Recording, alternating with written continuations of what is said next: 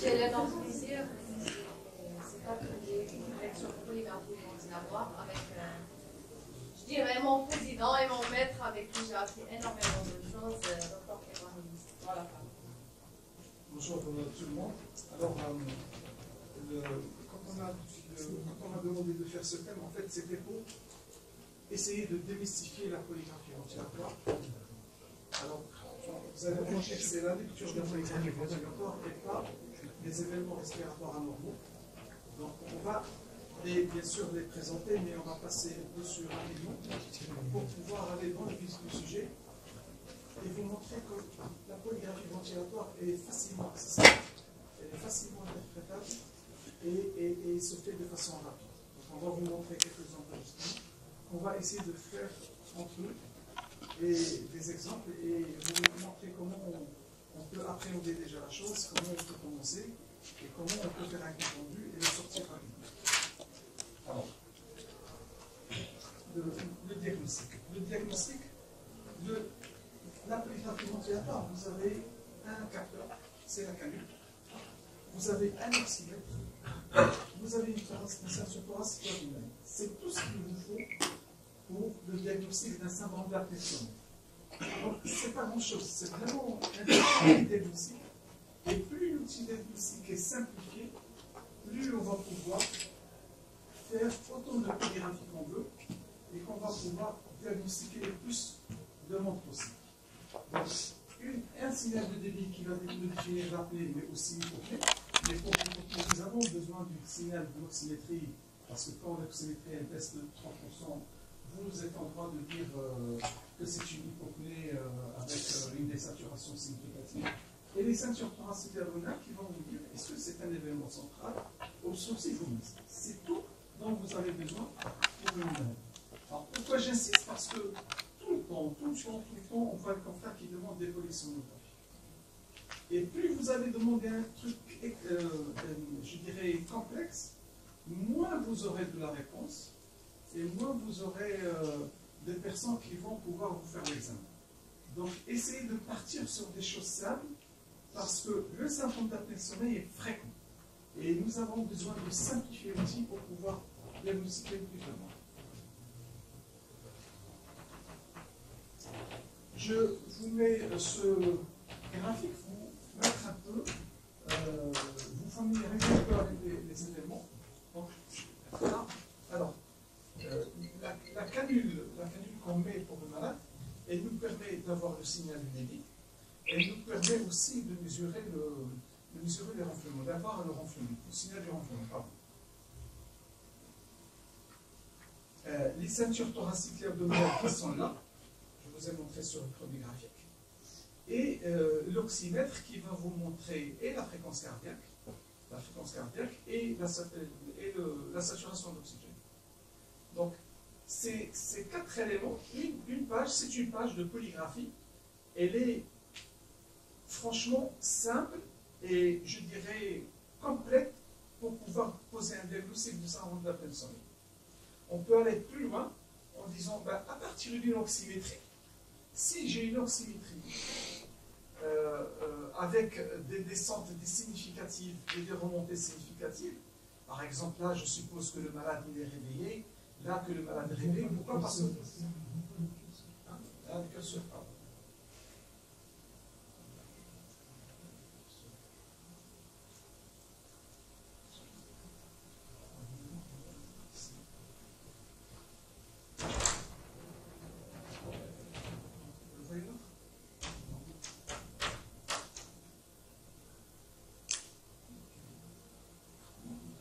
Ça marche pas en mode. voilà. Donc, vous dire que là l'oxymètre semble être normal, là la saturation semble être normale, là la saturation semble être normale. Donc, les autres moments, la saturation elle est strictement anormale. Ce qui veut dire que éventuellement le malade est réveillé là, il est réveillé là, il est réveillé là. Et que partout, pendant toute la nuit, là où il dort, il désature.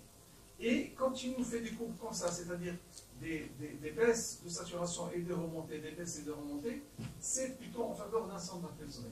Donc à partir du capteur d'oxymétrie, on peut déjà dire je suis probablement devant un syndrome d'apnée de sommeil. Si je rajoute la canule, eh ben, j'ai ma canule qui me montre l'arrêt respiratoire et j'ai mes désaturations que je peux récupérer ici, mes désaturations et ma canule qui me montre des arrêts. Donc à partir de là, bon, je suis devant des arrêts. Est-ce que c'est des arrêts obstructifs en rapport avec le renflement ou des arrêts centraux? Ça, j'ai besoin de mes ceintures pour pouvoir les diagnostiquer. Pardon. J'ai besoin de mes ceintures. Et là, vous avez vu que mes ceintures, au départ, c'est des signaux plats. Et après, c'est des ceintures qui commencent à bouger. Donc, je suis devant un événement mixte. C'est-à-dire qu'au départ, c'est une apnée complète, mais elle commence sans effort pour après faire des efforts. Donc, je suis devant des apnées mixtes. Pour vous dire que ce qui va nous dire la gravité du syndrome d'apnée de sommeil, bien sûr, c'est le nombre d'arrêts. Mais le plus important, c'est quand même la saturation d'oxygène. Et quand vous avez déjà flâné, vous tracez votre score de saturation et que vous avez des baisses de saturation, vous êtes sûr que vous êtes devant un syndrome d'apnée de sommeil. Donc vous n'avez qu'à aller plus loin pour pouvoir voir est-ce qu'il est obstructif central, mais disons que vous avez pratiquement le diagnostic dans la main. Donc c'est pour vous dire, quand vous demandez tout le temps des polysomnographies, en fait vous n'en avez pas besoin. Et plus on en demande, moins on est performant parce qu'on perd beaucoup de temps. De liste d'attente, des choses, des tracés qui se perdent. Donc il faut essayer de rester simple. Ça c'est pour vous montrer par exemple, vous montrer sur une page, vous montrez que vous avez ici par exemple des efforts respiratoires qui sont là, une activité que vous remarquez, et c'est du grand n'importe quoi. A priori, le malade est réveillé. Et le malade étant réveillé, votre système ou votre étude automatique va vous dire j'ai des apnées, j'ai des hypopnées, j'ai des désaturations. Or que c'est je dirais, une page de mouvement thoracique, de mouvement, et donc vous ne pouvez pas accepter d'avoir des apnées et des hypopnées. C'est pour vous dire, faites aussi attention à l'analyse automatique du sommeil.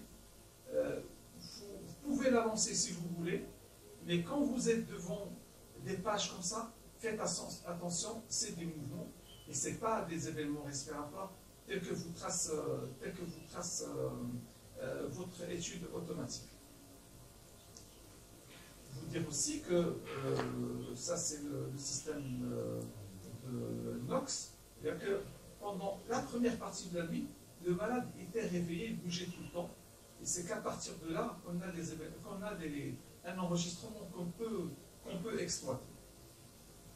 Là aussi, vous montrez que c'est des mouvements que le malade était réveillé. Et ça, vous êtes obligé de, quand vous avez votre enregistrement, la première chose à faire, c'est de voir l'étude, de voir toute la nuit, comment elle s'est passée. Et en voyant toute la nuit, vous avez vous pouvez, je dirais, sucrer ces périodes qui ne sont pas, par exemple, là c'était 3 heures d'enregistrement, vous allez l'enlever parce que vous savez que le malade était réveillé et que vous ne pouvez pas comptabiliser d'événements respiratoires, même si l'analyse automatique vous dit qu'il y a des événements respiratoires. Et là, je peux vous montrer des tracés de ce qu'on peut, ces événements respiratoires normaux, de ce qu'on peut avoir comme événements respiratoires, et pour qu'on puisse passer rapidement dans les tracés et les interpréter. Vous avez là une page qui vous montre des arrêts de respiration, la canule toujours, qui montre des arrêts de respiration, des désaturations, des efforts respiratoires qui sont là. Donc, quand vous voyez un arrêt de respiration, vous vous portez directement sur le ceinture pour voir est-ce que c'est un arrêt obstructif central ou mixte. Donc là, il n'y a pas de problème, c'est des arrêts complets avec des efforts respiratoires, donc vous êtes devant des apnées obstructives.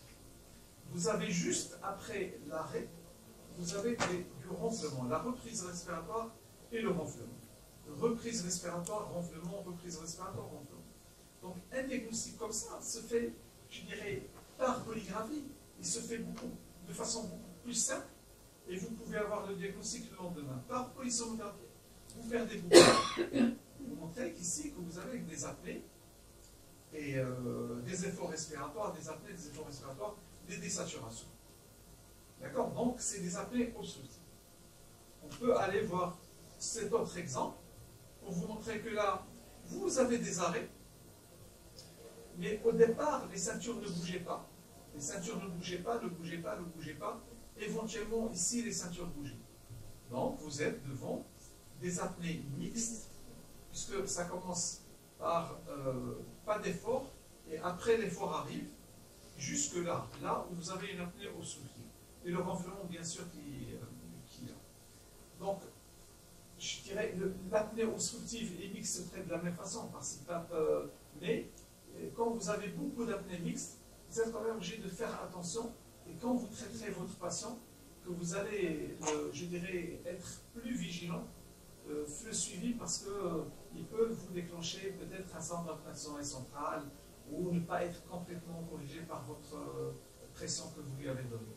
Donc le but, c'est de distinguer, vous allez le traiter de la même façon, mais vous allez le distinguer du syndrome d'apnée de sommeil obstructif simple. Je vous montre là des cas d'hypopnée, c'est une diminution du débit, avec une désaturation, je ne sais pas si vous avez à voir, mais c'est des désaturations significatives qui vont dépasser les 30%, c'est des hypopnées obstructives, puisque vous avez des efforts respiratoires et vous avez le renflement.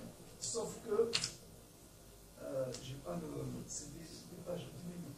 J'aurais voulu vous montrer parce que vous pouvez éventuellement, parce que la différence entre l'apnée obstructive et centrale, l'hypopnée obstructive ou centrale, c'est les efforts respiratoires.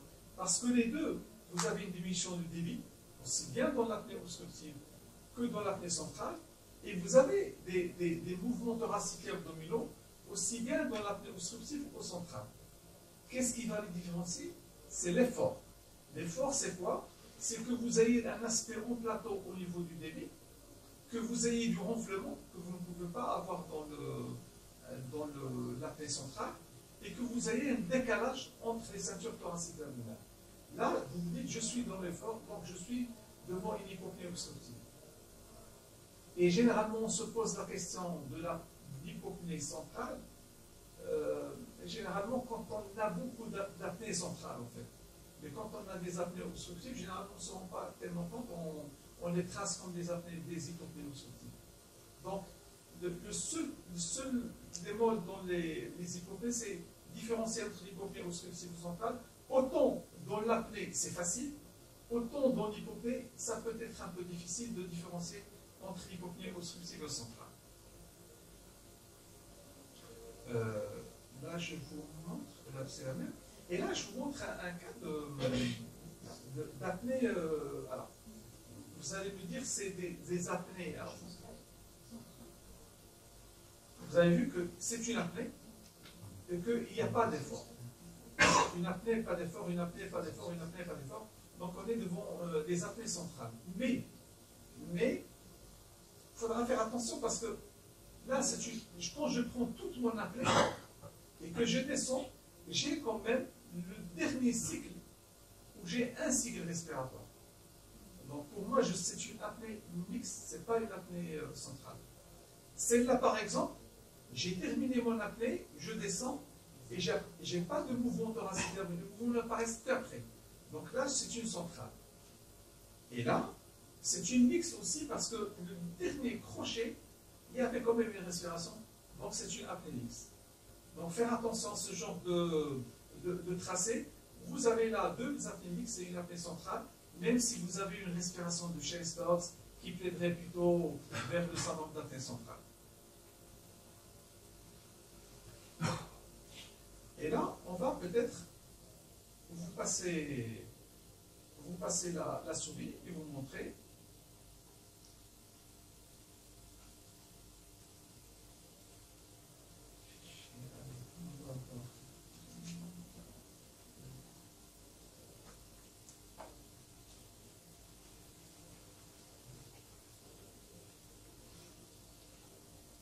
Alors, voilà, mon technicien me ramène mon enregistrement, je le télécharge sur mon ordinateur. Je le télécharge et je trouve ce tracé. J'ai toujours mon... Je sais pas.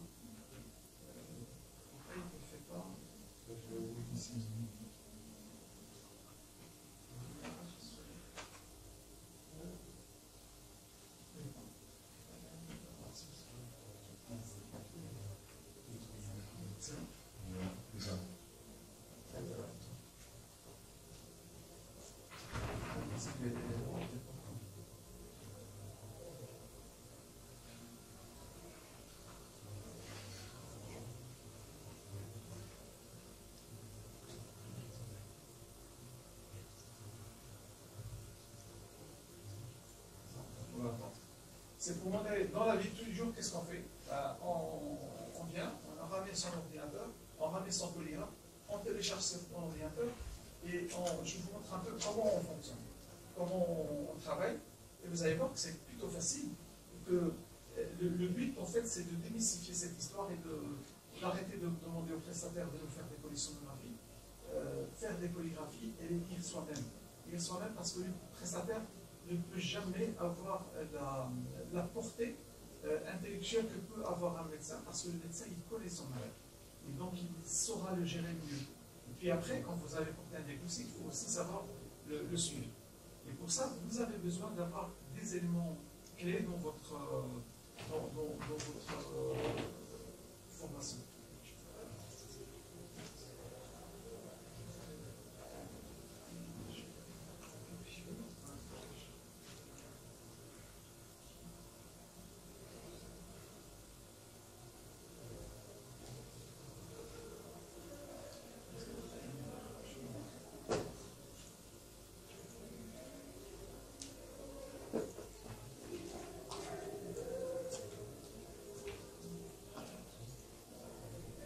Très bien.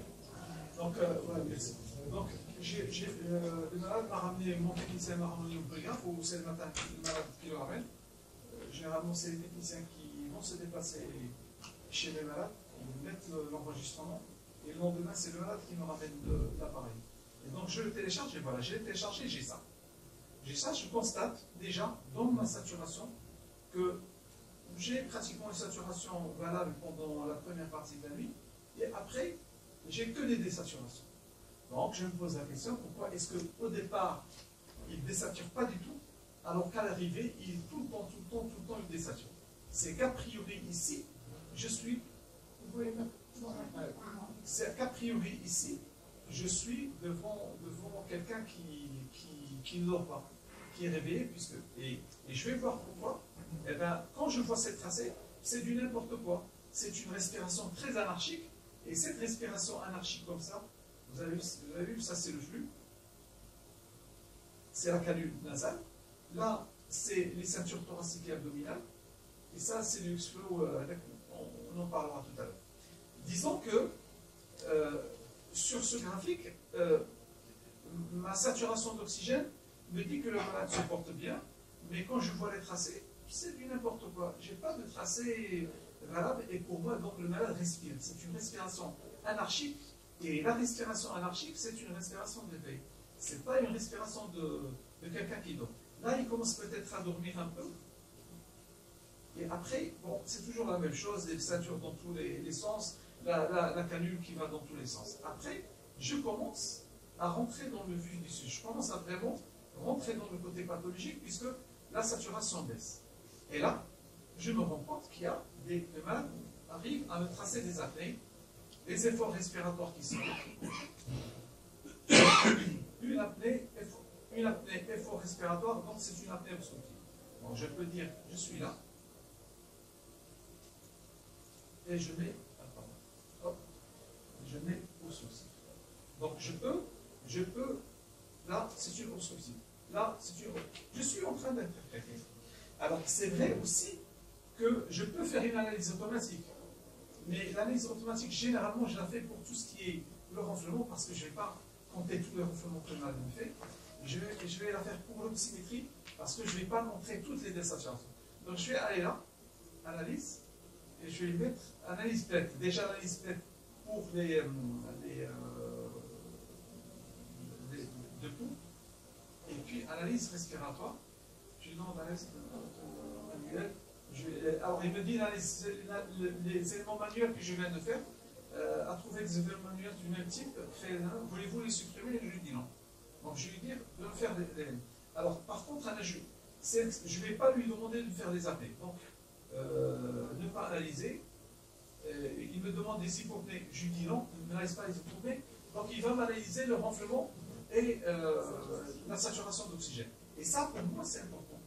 La désaturation, le renflement, la position aussi, est-ce que sur le dos, le côté droit, le côté gauche, j'ai pas le temps de faire ça. Lui, il le fait très bien. Il le calcule très bien, il le fait très bien. Donc il va m'aider. Il va m'aider à avoir des désaturations, et je saurai, quand j'ai des désaturations, les événements que j'ai, est-ce que c'est des événements qui sont vraiment significatifs et sont en rapport avec les saturations? Donc on va attendre qu'ils finissent. Et vous allez voir que c'est un truc, si vous arrivez à le faire, vous allez le faire tout le temps, rapidement, et vous allez adorer ça. Plutôt que recevoir un enregistrement d'un prestataire que vous n'avez pas fait les traces, je dirais c'est deux choses à part. Parce que quand vous voyez les traces de votre malade, vous savez comment il est. Quand vous recevrez des chiffres, bon, vous allez recevoir des chiffres. Donc voilà, il va tracer des désaturations. Je ne sais pas est-ce qu'il m'a mis le ronflement. Le ronflement généralement il est là. Il n'a pas noté. Mais en tout cas, il y a du ronflement. Et, hein,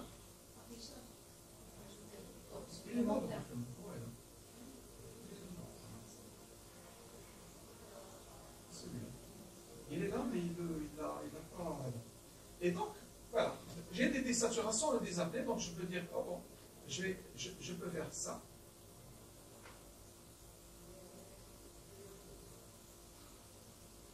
Et dire, je suis devant des apnées obstructives. Je passe, je continue. Tout ça, c'est des apnées obstructives. Pourquoi? Parce que j'ai un arrêt. J'ai un arrêt de 10 minutes. J'ai des ceintures paracéphaliques qui bougent. J'ai du ronflement qui est là. Donc alors, quand il ne le met pas, je le mets.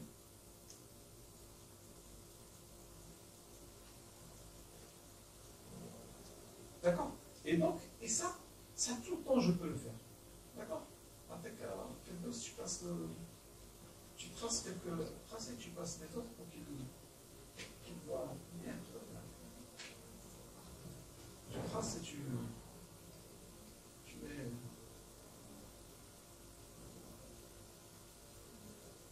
Tu tires et tu. Non. Voilà.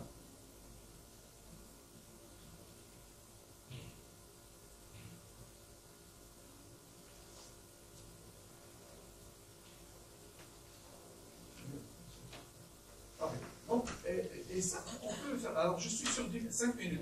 Je peux faire, si j'ai l'impression que je tarde, je peux faire 10 minutes. Alors, je peux faire 10 minutes. Et j'ai des trucs plus. Et je vois, quand je fais 10 minutes, je vois les efforts, la respiration paradoxale que se paye le patient. Je vois que le logiciel a perdu quelques désaturations. Il les a pas notés, je peux les noter, les désaturations. Des sacs là, parce que c'est plus de 3 points. Donc je peux, oui, tu peux continuer. Et sur les. Ouais.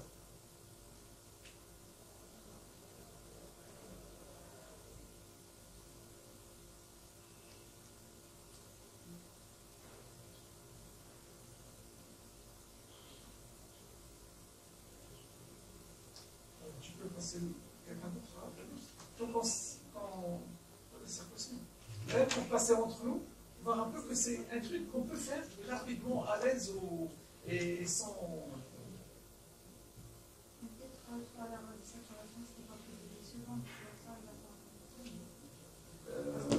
Plus de.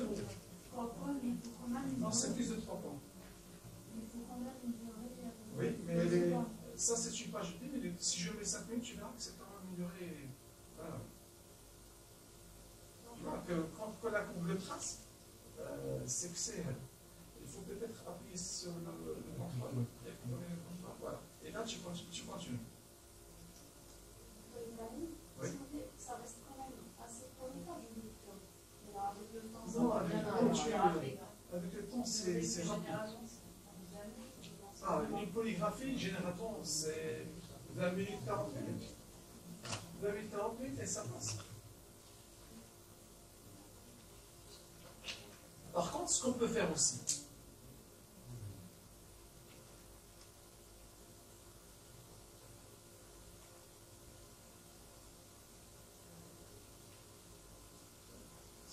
des O.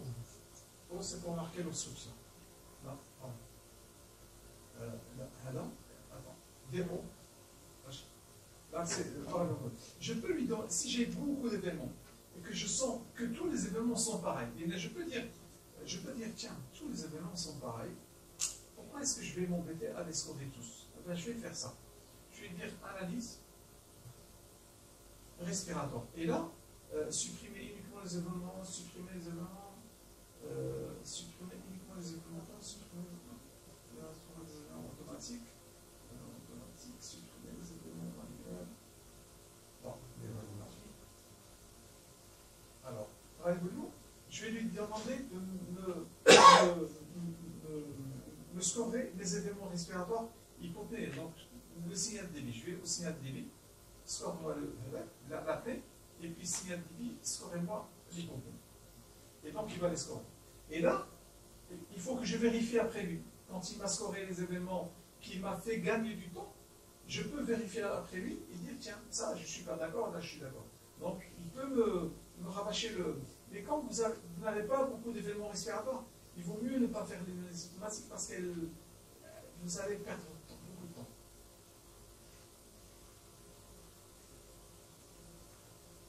Surtout dans l'analyse automatique seulement, on va faire saturation. Et on va faire. Dans les automatiques? Si, tu peux le faire. Même quand je choisis seulement le renflement, c'est deux trucs qui apparaissent. Tu as vraiment de génétique?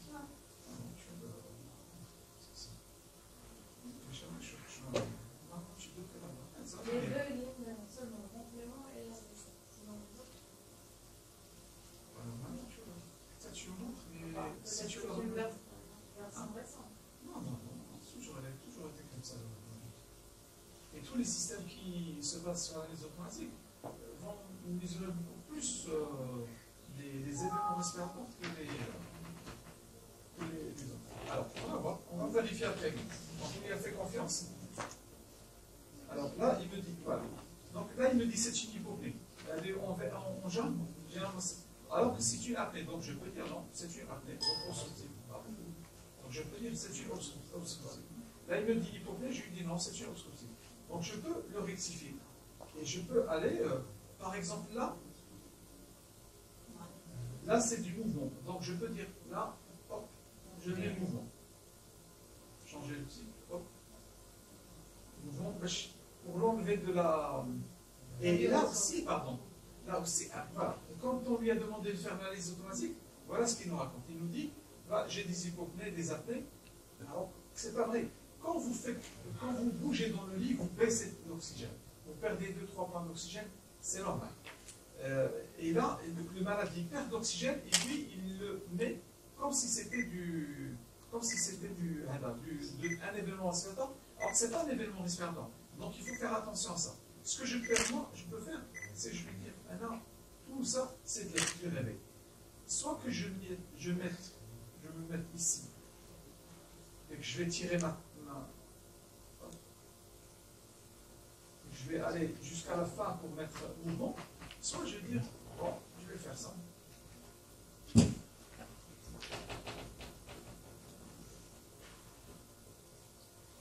Je vais mettre ici. Je vais dire, moi je ne veux pas la première partie de la nuit, je n'en veux pas. Je vais prendre ici. Tu peux mettre plus plus. Voilà. Donc je commence ma nuit ici. Je ne la commence pas là. Et qu'est-ce qui arrive? C'est que c'était 11 heures jusqu'à... C'est 3 heures. J'ai supprimé 3 heures de la nuit. Et ça, c'est très important, parce que je les aurais laissés, ils m'auraient diminué mon nombre d'événements respiratoires, parce qu'en fait, ce n'était pas des événements respiratoires.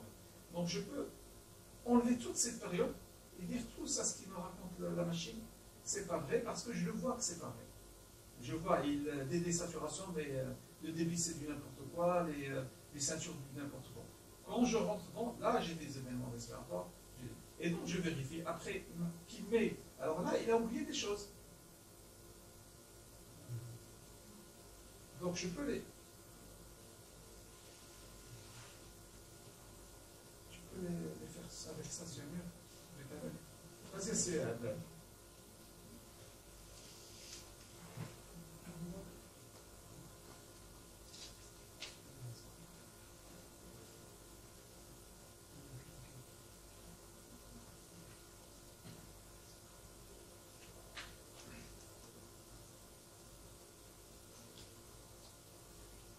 sauver, tu... Dali, va sur Hena. Dali, va ici. Pardon, Hena. Et tu tires le trait maintenant. Vas-y. Voilà. Derrière Hadik, ou tu mets au soutien. Voilà. C'est bien. Vas-y. Et haut. Je suis pas dans le soutien. Et tu vois, il n'a pas comptabilisé.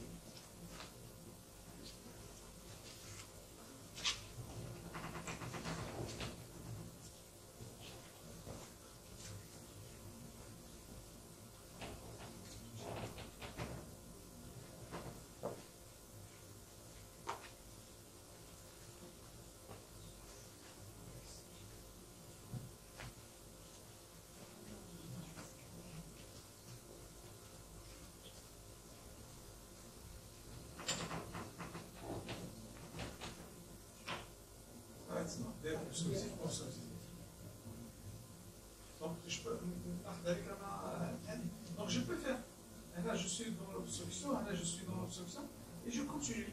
Et tout ce qu'il me rate, tiens, il a raté des choses. Alors dans les automatiques, il rate des choses. Il fait pas tout.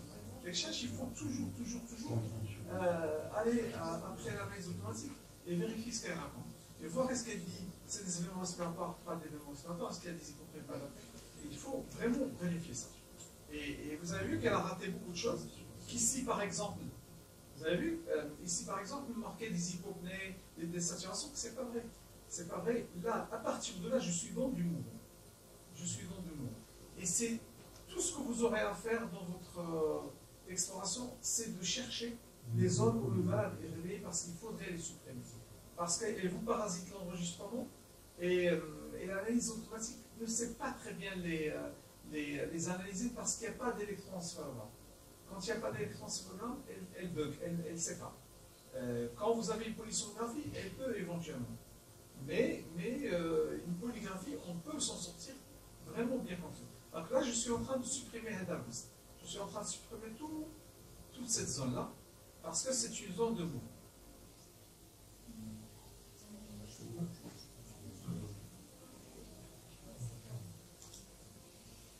Et vous avez vu, dès que le malade commence à dormir, il fait des respirations, vraiment une respiration.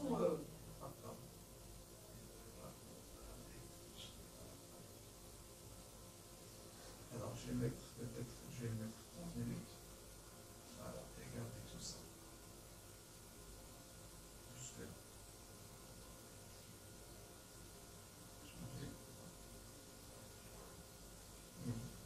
Donc j'ai enlevé 3 heures, là je viens d'enlever une demi-heure. Et donc j'ai enlevé pratiquement la moitié de la nuit. Mais le malade était réveillé, donc je ne pouvais pas aller prendre ce bassin. Donc on continue. Donc, et je peux vérifier, et après quand j'ai vérifié, disons que j'ai tout fait. J'ai tout fait, là, et donc je dis, oh, là le malade, là il a fini. Il a enlevé son oxymètre, donc j'arrête ici mon enregistrement. Négatif, donc là, j'ai fini. Alors je vais lui demander, puisque j'ai fini, j'ai fait mes désaturations, mes événements respiratoires, mes renflements, donc ils ne sont pas. En fait, je ne sais pas s'il les a comptabilisés. Et je vais lui mettre le rapport de polygraphie.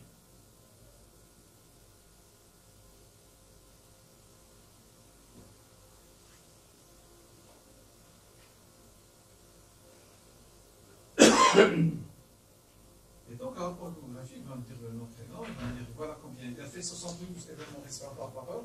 Sur le dos, il fait 73 événements respiratoires par heure, donc pratiquement pas de prédominance pour ça.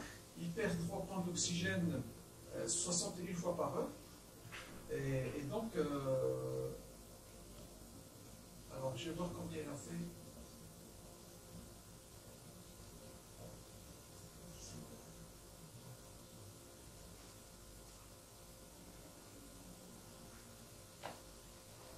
Et la saturation a été inférieure à 90 pendant 209 minutes, pratiquement 3 heures et quelques, ce qui est énorme.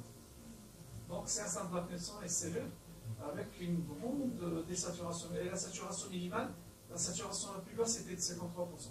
Alors faites attention à ça parce que des fois vous avez des artefacts, mais généralement les radiologiques qui les enlèvent. Là par exemple, là on l'a enlevé, il est supprimé, là il est supprimé, et là, peut-être que là il me prend quelque chose qui n'est pas vrai. Et là par exemple, il y en a zéro, on ne sait pas ça. Il ne faut pas qu'il me donne du 53%. Parce que ça c'est des artefacts. Ça c'est des artefacts, il faudrait les enlever. Donc si j'enlève ça,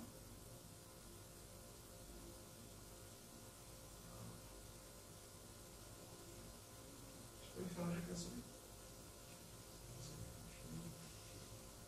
تحيد لك لازم سيبها لي هذيك لازم تشيلها هكا فوالا vas-y زيد فوالا خليك هكذاك خليك هكذاك عتالي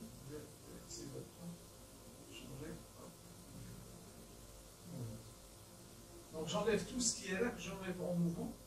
Donc il se peut que des fois vous avez des neurologies qui arrivent quand même dans les enlever 0%, il ne la met pas. Il sait que c'est pas vrai. Donc il ne la met pas. Mais il se peut que des fois, il vous mette du 53% qui peut ne pas être vrai. Là, je suis à 50. 53% non. Il a 53% ici. Il y a le malade au-dessous de ce pas. C'était ça. Pour 50, c'était quand même des zones où peut-être qu'il faut enlever ça. Mais en tout cas, vous dire que des fois vous avez des saturations qui ne sont pas vraies. Mais dans le contexte global, lui, il est quand même capable de descendre à ces saturations. On va peut-être. Donc, vous avez vu, l'enregistrement se fait, l'interprétation se fait rapidement.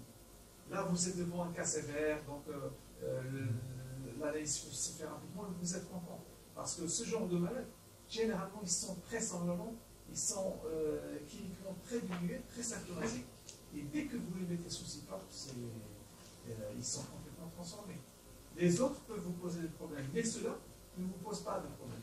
Donc c'est pourquoi il faut essayer de... Et je dirais, si vous les diagnostiquez en... Pardon, je vais voir si j'ai...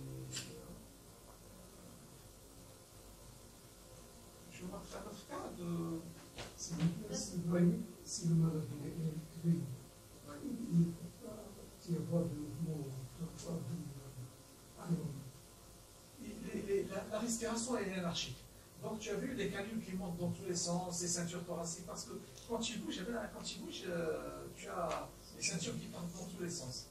Et donc c'est tu ne peux pas les comptabiliser. Et quand tu lances l'analyse automatique, il te met des désaturations, des appels, des épaules, c'est pareil. Donc il faut savoir, on peut s'aider avec l'analyse automatique. Parce que c'est vrai que le cas précédent, tu serais resté beaucoup de temps en train de tracer. Donc l'analyse automatique peut t'aider. Mais il faut contrôler. Il faut voir les zones où ça marche. Ok, je suis d'accord. Les zones où ça, c'est pas, vous n'êtes pas d'accord, mais ça, il faut dire, c'est pas une appel, il faut que j'enlève. Si j'enlève, pardon.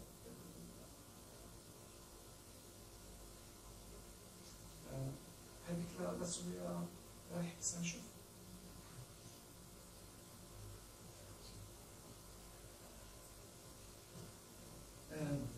Je voulais vous montrer ce cas pour vous. Voilà.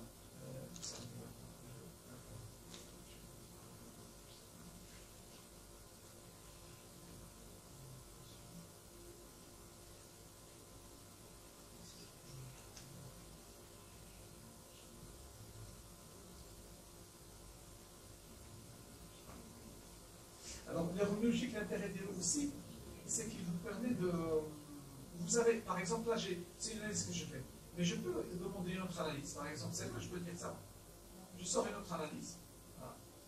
Il va sur votre... parce que c'est pas mon ordinateur. Il est parti sur un autre...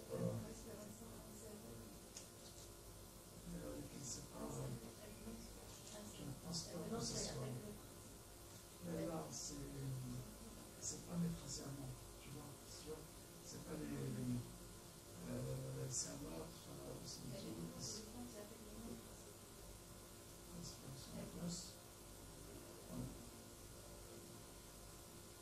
celles-là, je les ai définies sur mon ordinateur, et d'ailleurs, ce que tu as, tu les as récupérées d'autres ordinateurs. Ouais. Donc, je suis obligé de remettre sur celui-là. Vous dire que,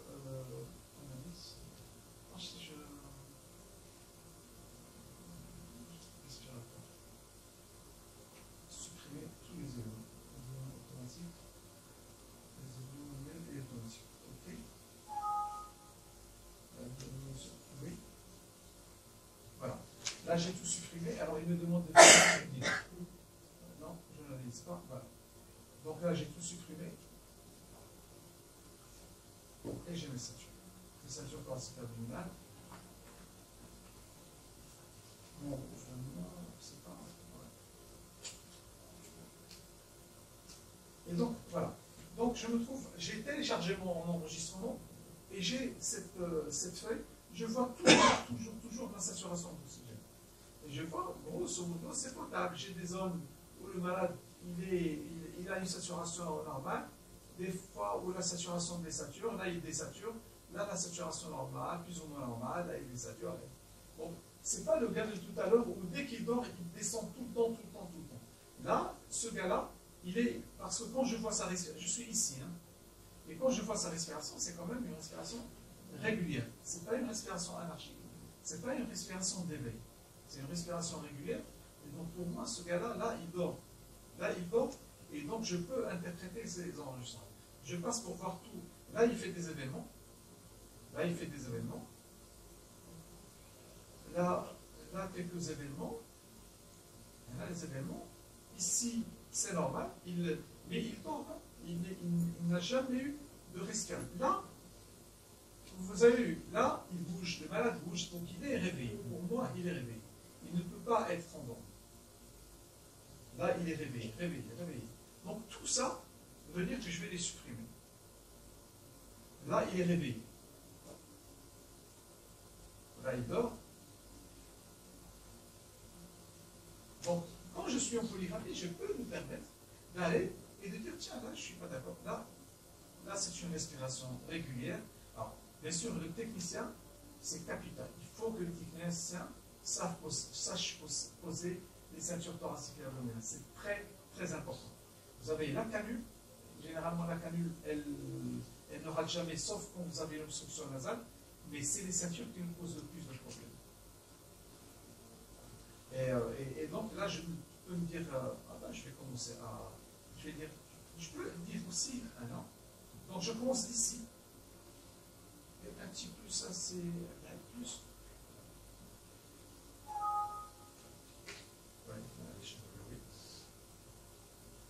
Et là, je vais dire, là c'est la fin.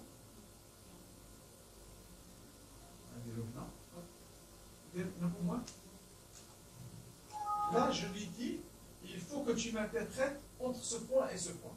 J'ai besoin que tu m'interprètes entre ce point et ce point, parce que la nuit me semble qu'il a passé une bonne nuit, que je peux exploiter toutes les données de la nuit. Donc je fais ça, et donc je fais la goutte du refoulement qui ne revient pas. Je fais le refoulement qui me met à 20 minutes.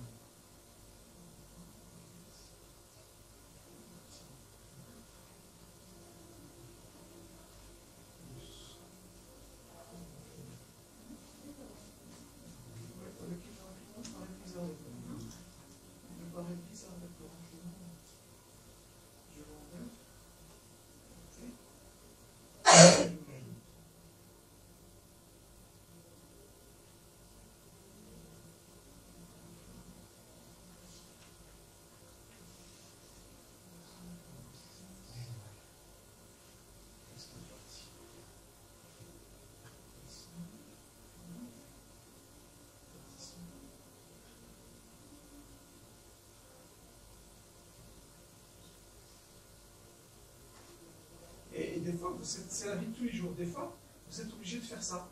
Vous êtes obligé de revenir, enlever le refoulement, le remettre, voilà.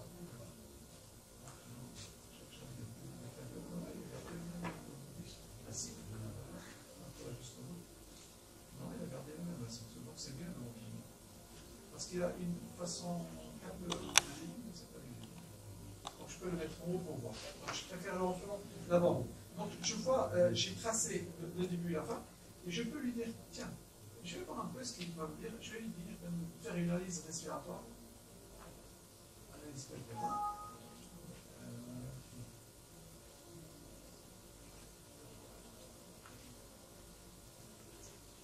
Et je vais lui demander de faire une analyse respiratoire.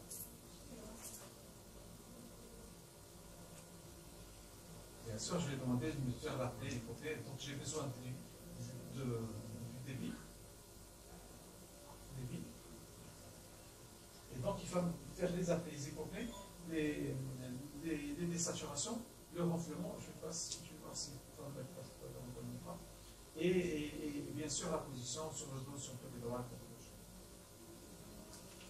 Et là, je vous ai choisi ce cas parce qu'il y a des hypopnées. Il n'y a pas tellement d'apnées, il y a des hypopnées. Et l'hypopnée, le problème des hypopnées, c'est qu'il faudrait qu'elles soient associées à des désaturations. Il faudrait qu'il y ait des désaturations pour qu'on puisse les prendre en charge. Sinon, on ne peut pas les prendre en charge. Voilà, là il a fini. Donc je vais revenir et voir un peu. Donc début d'analyse. Il n'y a pas de désaturation. Les choses. Alors là. Et là il a marqué. Et là pour nous c'est un événement central. Ça c'est un événement central puisque les ceintures thoraciques abdominales ne bougeaient pas. Et là c'est une hypopnée parce qu'il y a une désaturation. Là aussi c'est une hypopnée parce qu'il y a une désaturation. Donc il y a une diminution du débit associée à des ceintures thoraciques abdominales qui bougent et du renflement. Donc je suis devant une hypopnée obstructive. Je continue. Je peux dire, tiens, ça, j'ai une désaturation ici, et je peux rajouter ça en disant, ben, c'est parce que j'ai une diminution d'événements, donc c'est une hypopnée. Là aussi, j'ai une hypopnée, puisque la désaturation, elle est en rapport avec ça. Et je peux continuer en disant, là par exemple, oui, c'est une hypopnée. C'est parce qu'il y a une désaturation. Donc je peux rajouter des hypopnées que lui ne m'a pas mises parce que j'ai vu qu'il y avait des désaturations, j'ai vu qu'il y a une petite limitation de débit ou une diminution de débit, et je me dis c'est un événement respiratoire. Là aussi c'est un événement respiratoire, c'est une hypopnée. Et juste après l'hypopnée, il y a une espèce de sursaut, donc il était en effort respiratoire. Et je peux continuer comme ça toute la nuit. Et je regarde, je suis, tiens, ça je le rajoute parce que j'ai une désaturation juste après. J'ai de la désaturation. Ici, j'ai pas de désaturation. Là, j'ai une désaturation 93 à 90, c'est une désaturation. Je peux associer ça.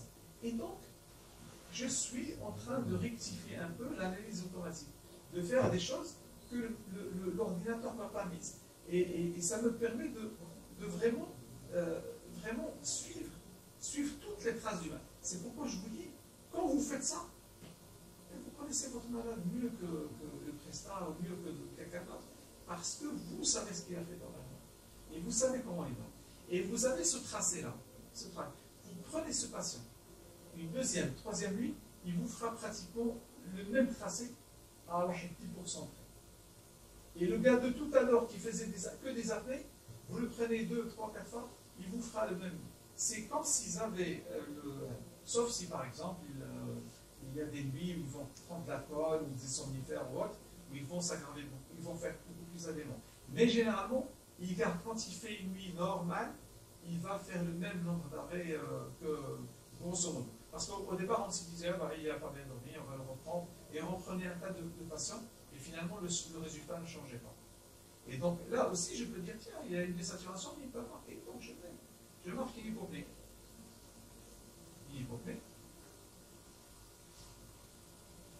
Et je suis en train de... Et je continue. Là, c'est tranquille. Le malade, il ronfle, mais tranquille. C'est généralement ce genre de tracé. Quand vous avez une respiration parfaitement stable, que vous avez du ronflement, aucun événement respiratoire, c'est que le malade il est en train de faire du sommeil profond. Ça, et le sommeil profond, je peux vous dire qu'il le fait là, il le fait là, il le fait là. Le reste, je ne parierai pas. Mais disons que généralement, la saturation qui est plate et les mouvements thoraciques abdominaux parfaitement harmonieux, c'est que le malade il est en train de faire du sommeil profond. Et là où le malade va faire les événements respiratoires, c'est plutôt dans le sommeil paradoxal et dans le sommeil léger. Et donc, et je bouge, et je bouge, et je continue, je contrôle, je fais mes événements. Et voilà. Oui, il y a des événements qui sont centraux que je vais. Là, par exemple, le malade a bougé, donc je peux enlever. Tout ça, c'est du mouvement, donc j'enlève. Pardon, je vais le prendre ici.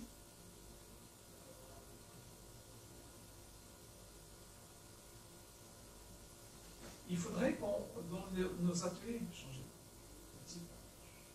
Et à un certain moment, on le faisait. À un certain moment, on faisait une journée que du traçage. Il y avait des candidats, une trentaine de candidats, et on passait un an. Et le malade traçait 2, 3, 5 pages, et donc il se mettait, il se rendait compte qu'en fait, c'était pas si magique que ça. C'est un truc qui est vraiment facile à faire. Et là, ici, désolé, je suis le malade est réveillé. Impossible qu'il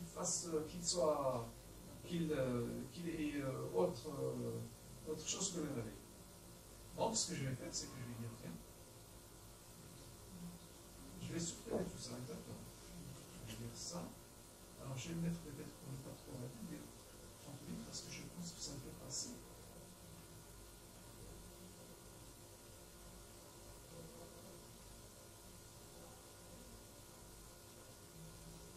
Et l'un des éléments importants dans le stade du réveil, c'est que la saturation, elle a tendance à augmenter. Elle n'a pas tendance à baisser, elle a plutôt tendance à augmenter. Ça veut dire que le malade il est réveillé, il respire dans tous les sens. Il ne ronfle plus. Il ne ronfle plus à ce moment-là. Alors qu'il a un ronflement de lèvres. C'est-à-dire qu'il a un ronflement de fond qui est modifié lorsqu'il a des événements respiratoires. Si tu regardes au début, il ronfle sans événements respiratoires et par lui. Ça augmente lorsqu'il a des événements respiratoires. Il a un ronflement de lèvres qui disparaît quand il est réveillé. Alors là, je suis en train de supprimer cette page. Enfin, cette page. Tout ça, c'est du mouvement.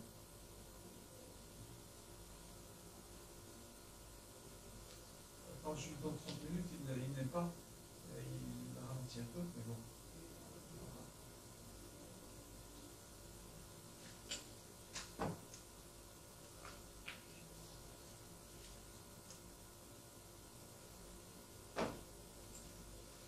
Et vous allez voir, quand vous allez vous y prendre au jeu, vous allez vraiment aimer ça. Parce qu'en fait, les signaux, c'est quelque chose de vraiment magique. Quand vous voyez les signaux des malades, comment ils dorment, comment ils sont réveillés, il y a encore une période où il y a... Et vous avez des gens qui se réveillent la nuit, ils sont embêtés par l'appareil. Donc il faut sucrer la période parce que sinon, vous avez des résultats qui ne sont pas trop bons. Il y a un minimum de temps.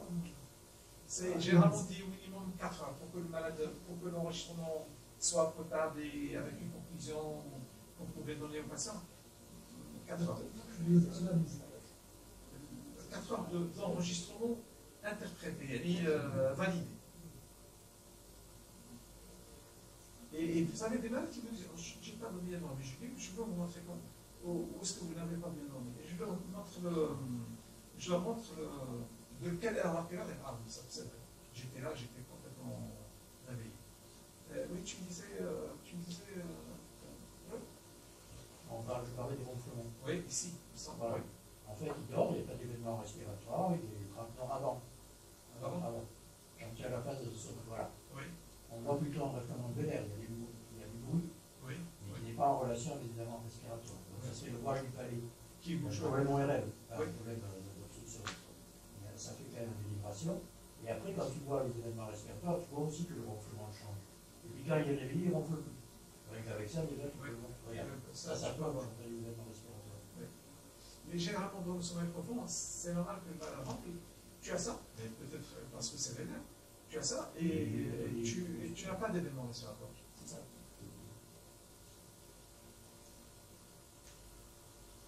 Et donc certains Quand on montre des hypopnées, si on peut nous les montrer, je me mets là.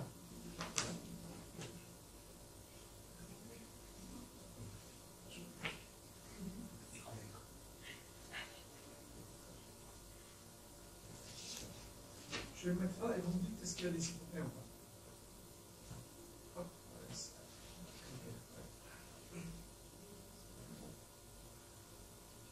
dès que 5 minutes assez. Dès que 5 minutes pour que tu sois à l'aise.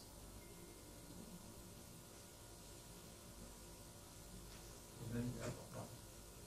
Avec un peu plus. Peut-être pas 10 minutes, mais quelque chose qui. Voilà. Attends. C'est-à-dire, c'est. Je suis en train de tirer sur le dessus.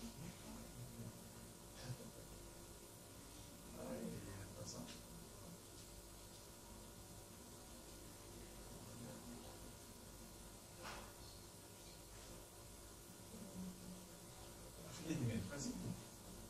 Est-ce que tu as des événements respiratoires? Oui.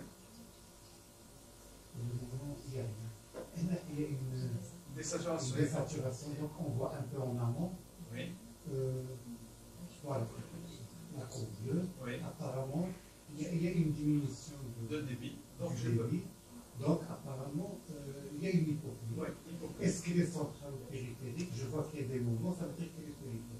Quel est obstructif? Obstructif, Oui. Hypopnie obstructif. Oui. Donc tu peux la scorer, l'hypopnie. Donc la saturation, tirez fort, c'est fort que je suis. Non. Hop, pardon.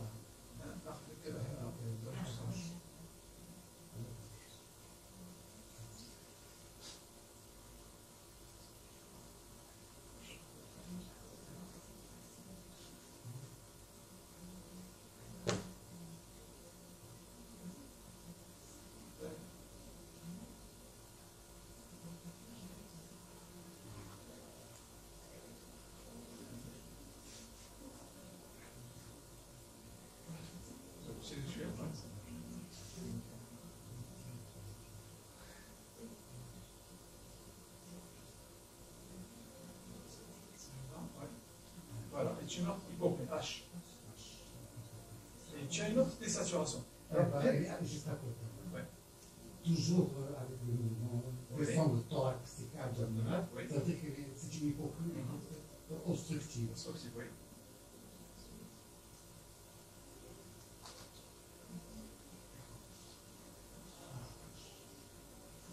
Alors, c'est pour vous dire que pourquoi tu as scoré? Parce que tu as eu une désaturation. Alors que le signal n'était pas tellement. Le signal n'était pas tellement diminué.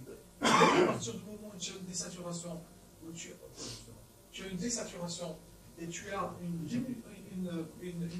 une diminution du flux, tu peux le considérer comme une hypopnie. Par contre, le contraire serait inexact. C'est-à-dire que si tu n'as pas de désaturation, On ne peut pas parler d'hypopnie. et même si tu as une diminution plus importante, tu ne peux pas. Oui, ouais. Toujours, et c'est pourquoi je dis, regardez la courbe des fois, toujours mettre la saturation. Vous avez déjà flâné, vous savez, est-ce que le malade sévère, pas sévère, peu sévère, très sévère, vous savez ça dès le départ. Et après, parce que tout va dépendre de votre désaturation.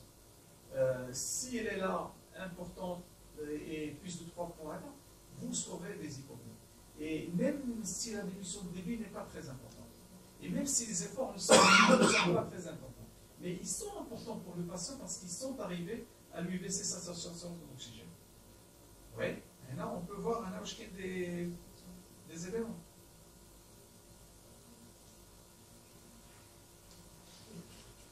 Il n'y a pas de désaturation. Alors, il n'y a pas de désaturation, il n'y a pas d'événement. Même si dans notre tête, il y a quand même des événements. Parce que ce n'est pas une respiration normale. Il y a de l'effort, il y a un mouvement dépassant des deux ceintures thoraciques et abdominales. Il y a le signal de débit qui diminue, qui remonte. Je peux mettre 5 minutes et je peux dire j'ai des aspects en plateau dès le début, qui veut dire qu'il y a un effort respiratoire. Donc il y a un effort respiratoire. Juste après, il y a une reprise respiratoire ici. Donc il y a un événement respiratoire. Mais comme il n'y a pas de désaturation, et je suis en polygraphie, je ne peux pas le comptabiliser comme événement respiratoire parce que je n'ai pas de désaturation, je n'ai pas le droit. On avance.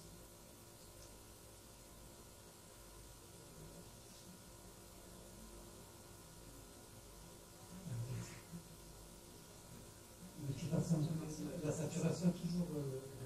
Alors, sauf que, pardon, la saturation, des fois, elle baisse un peu, elle n'est pas très prise. Est-ce qu'elle diminue de 3%? Et là, par exemple, tu as 94, 91. 91. Mais c'est vrai que la durée est un peu longue, la durée est un peu longue entre les deux événements.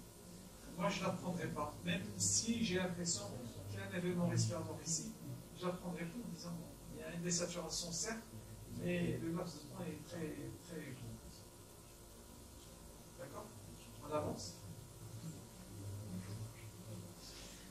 Et donc, c'est d'accord, je peux être d'accord en disant, voilà, là j'ai des désaturations, je peux donc mentionner, je peux marquer mes icônes. Mais oui, vas-y.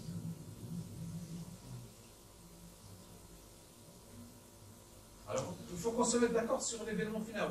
Et là, je pense que l'événement, il est là, il est bien là. De là, il doit être de là à là. Je pense que l'événement, c'est celui-là.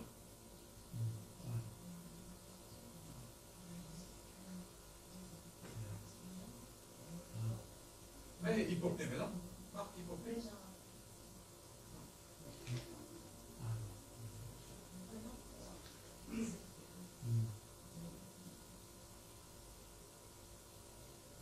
Ouais, ça marche. Tu peux marquer H. Voilà. J'ai aussi une désaturation ici. Je peux prendre.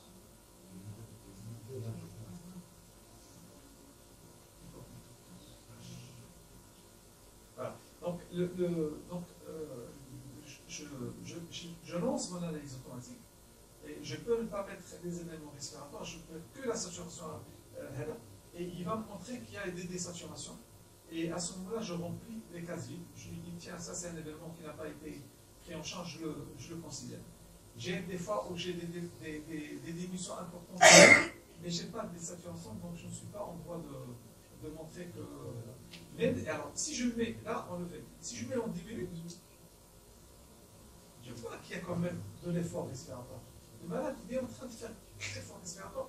Et ici, par exemple, c'est un effort respiratoire. Mais c'est un événement respiratoire sûr. Mais le malade ne désature pas. Je ne peux pas le prendre en polygraphie.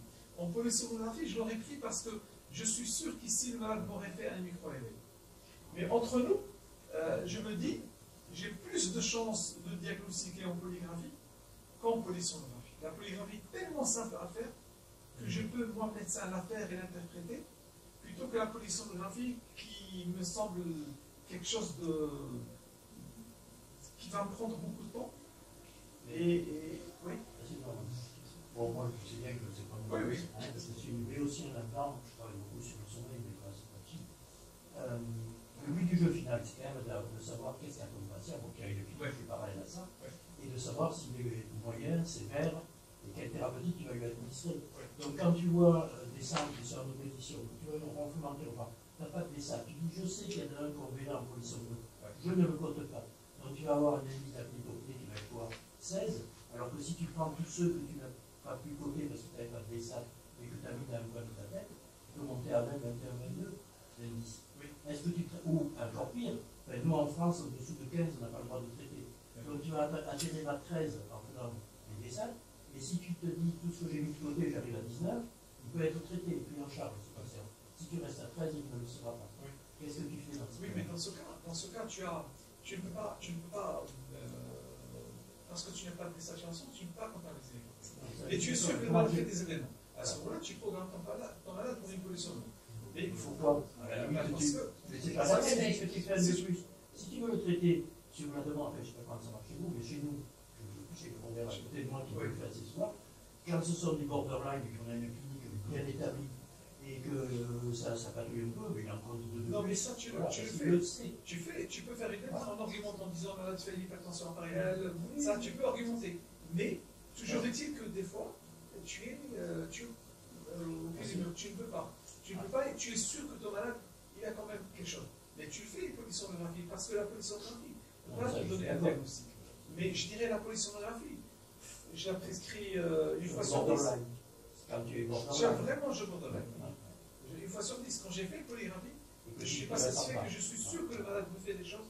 Et alors, il faut quand même aussi qu'il me dise, je suis fatigué quand même. Il faut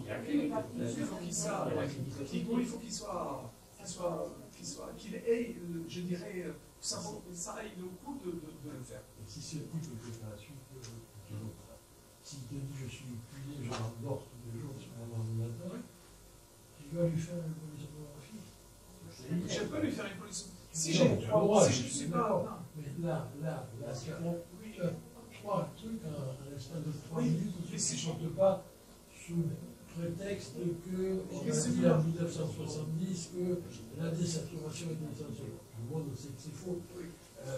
Donc voilà, je ne l'embête pas à faire une polysomno, je lui compte ces 4 trucs de plus.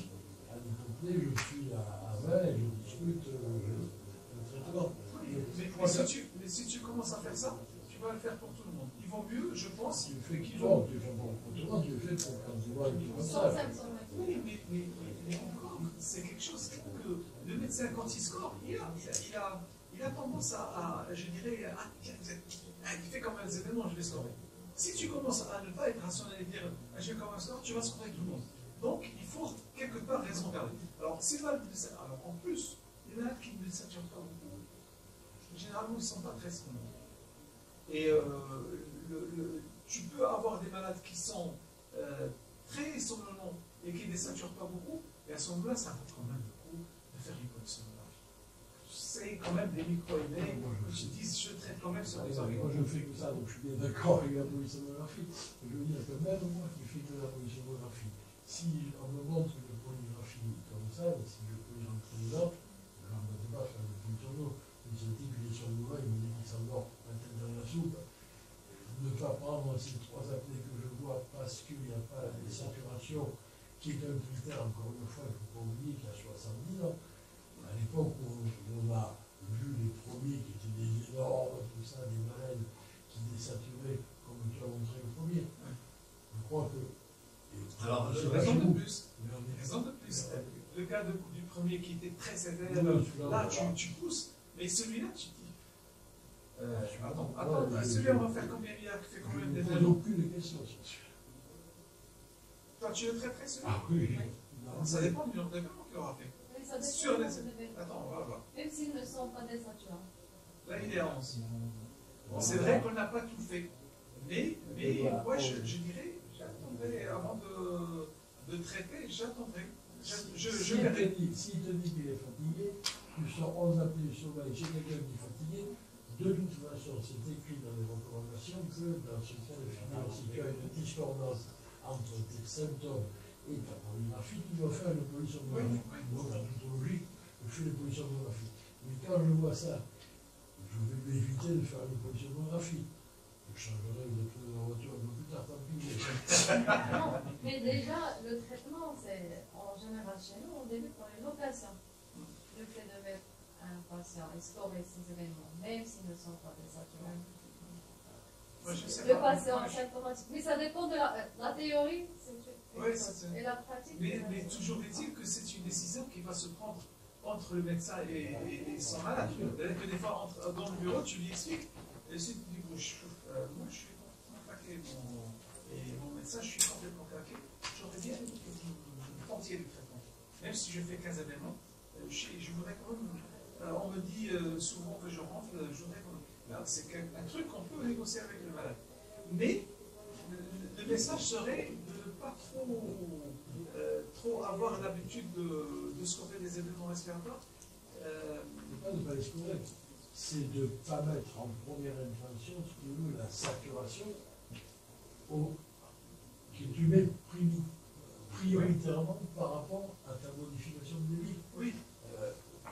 Ça, Mais la Ça modification. n'existe que parce qu'il y a 70 ans, quelqu'un l'a dit, sur des gros, énormes, etc.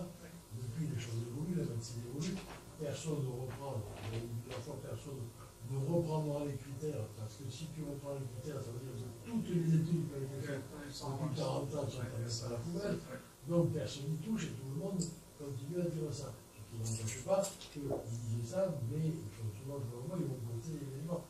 Ou alors, en effet, celui-là, tu peux le mettre en position géographique, c'est tranquille, t'es à 19. Donc, si je sais qu'il est à 19 en position géographique, et en plus il me dit qu'il est fatigué, il va me poser un examen supplémentaire, honnêtement, je ne sais pas. Je préfère tricher. Tu es très très pas réussi. Non, C'est le moteur. ça dépend de son âge. S'il a 70 ans, peut-être, à moins qu'il ait une femme tout au long de 20 ans. Obligé de cardiovasculaire, Je lui mettrai une orthèse, mais comme il n'a plus de dents, donc, Non, et sinon, s'il a 17 ans, non, j'essaie de passer par une orthèse, parce que là, il y a plein de choses à fonctionner. Après ça, le monde thérapeutique va se traiter en fonction de l'âge du patient, il ne traite pas pareil une dame qui vient de se marier, un type qui est célibataire. Et ça, c'est intéressant. La discussion qu'on vient d'avoir, c'est intéressant. Pourquoi c'est intéressant? Parce que on peut avoir l'expérience qu'on peut avoir. Et on a toujours, on peut différer la prise en charge et dire, moi, par exemple, moi, je ne vais pas attendre, moi, je vais le mettre sous traitement. Moi, je dirais, non, moi, j'attendrai de faire une polysomnographie pour vraiment être sûr. Et ça, c'est des gens qui font tout le temps des explorations et qui arrivent à ne pas se mettre d'accord. Et donc, si je laisse la main au prestataire, et que c'est lui qui décide de traitement, là, c'est plus on c'est pourquoi, si en connaissant les signaux, en travaillant les polygraphies et les polysomnographies, et en n'étant pas d'accord, c'est des trucs qui peuvent passer borderline, qu'en serait-il avec les prestataires? Et c'est pourquoi il faut prendre la main. Et c'est pourquoi la décision n'est jamais facile.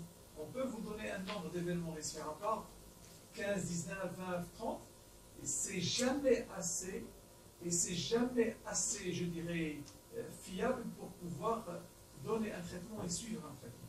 Il faut ajouter que ce qui est important, c'est que plus tu vas en âge, alors on parle de l'enfant, mais plus tu vas en âge, moins tu vas faire de désaturation. Oui. Parce que derrière, tu as un moment de posture, etc. Donc quand tu prends un gamin de 15 ans, 16 ans, 17, 18 ans, qui a un poumon normal, clinical, qui n'a jamais fumé, avant de le faire désaturer, il faut se lever tôt. Donc il va faire des hypoxées, il va faire du micro-éveil, c'est ça qui va être fatigué, mais il n'aura pas d'apnée. Et c'est prendre quelqu'un, je dis toujours ça et ça, personne ne me l'a jamais expliqué, aucun cardiologue ne m'a expliqué. Tu prends un type, il fait une apnée, 10 secondes, tu regardes, tu dis je l'accorde parce qu'il est saturé. Mets-toi le saturomètre au bout du doigt et arrête-toi de respirer. Ouais, tu Tu désatures pas. désatures. Ouais, tu désatures pas. Et personne n'a pu me dire pourquoi. Je lui ai demandé à des cardiologues, moi j'ai une idée, monsieur, une idée, je n'ai pas la preuve, c'est que je crois que ces gens, ils ouvrent les chocs. Ouais. Ils ouvrent des chocs, et c'est parce qu'ils ouvrent le choc au moment de l'apnée qu'ils ont le passage droite-gauche. Oui. Il n'y a pas d'autre explication, parce que tout le monde peut faire l'expérience ici, même 20 secondes. Hein. Mais pardon, je pense qu'il y a aussi un autre phénomène, c'est que quand tu fais des apnées, c'est quand même des apnées successives. Et c'est des apnées que tu ne fais pas réveiller, tu le fais endormi. Là, quand tu dis j'arrête, si tu fais un arrêt central, tu ne fais pas un arrêt obstructif. Et dans la vie, c'est des arrêts obstructifs, c'est que si on t'étranglait plusieurs fois. Des satures sur les centrales aussi. Et des saturations centrales aussi. Mais disons que la désaturation centrale, elle est moins profonde, elle est beaucoup plus régulière, c'est une respiration peut-être un peu périodique. Je pense qu'il y a aussi l'élément obstruction, l'élément effort qui doit, peut-être que le côté cardio joue, mais parce que tu as aussi des jeunes qui font ça, qui désaturent la nuit. Est-ce que c'est au fond qui souffre, je ne sais pas. C'est une hypothèse, c'est réel, c'est une hypothèse. Je ne l'ai jamais fait parce qu'en fait, j'avais fait très désagréable de chercher des bulles un type avec un endoscope dans le thorax. C'est très désagréable, donc tu ne peux pas le faire, je dirais, systématiquement. Donc je ne le fais pas.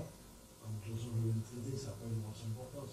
Mais je crois qu'il faut bien faire attention à l'aspect que tu as là, si tu veux, où on dit, on le dit, je ne vous le dis pas, peu importe. Si cet aspect-là, ça t'amène à dire je fais une polysomnographie, nickel. Il n'y a aucun problème pour le malade, tu vas traiter ton malade, on aura la réponse, etc. Moi, je prends quelques libertés pour ne pas l'embêter à faire une polysomnographie, et ça, je le contenais. Mais il faut bien comprendre que cet aspect-là, avec des hypopnées sans désaturation, plus tu baisses dans l'âge, plus tu vas le retrouver. Et un gamin de 15 ans, avant qu'il te fasse une désaturation, même sur une hypopnée, il faut suivre les taux. Donc si tu commences à compter les désaturations pour remonter sur les apnées, tu vas retrouver des annexes à 2-3. J'avais mis un papier dans notre programme, là. Je ne vais pas compléter après, parce que il y a une preuve, tu prends ce gamin qui a un TDAH, qui est fatigué, il n'a que des hypopnées, il n'y a pas une saine désaturation. Tu lui mets, les actions généralement, tu lui mets le DPC. Tu vois les gamins qui transforment, pas toujours, hein. Les gamins sont transformés. Bon, tu n'as pas gagné sur la désaturation, il y en a pas. Tu as gagné que sur la courbe de débit, et donc sur le micro-événement provoqué par un de débit. Et pas que chez les hyperactifs, sur les enfants qui sont aussi en échec scolaire, en difficulté scolaire, en difficulté familiale, en opposition, les parents nous le disent, dès que Robert met le décès, une amélioration, là, au bout de 15 jours, ils vont dire, mais notre enfant a changé. Maintenant que moi, J'en ai une, c'est anecdotique, mais bon, c'est toujours rigolo.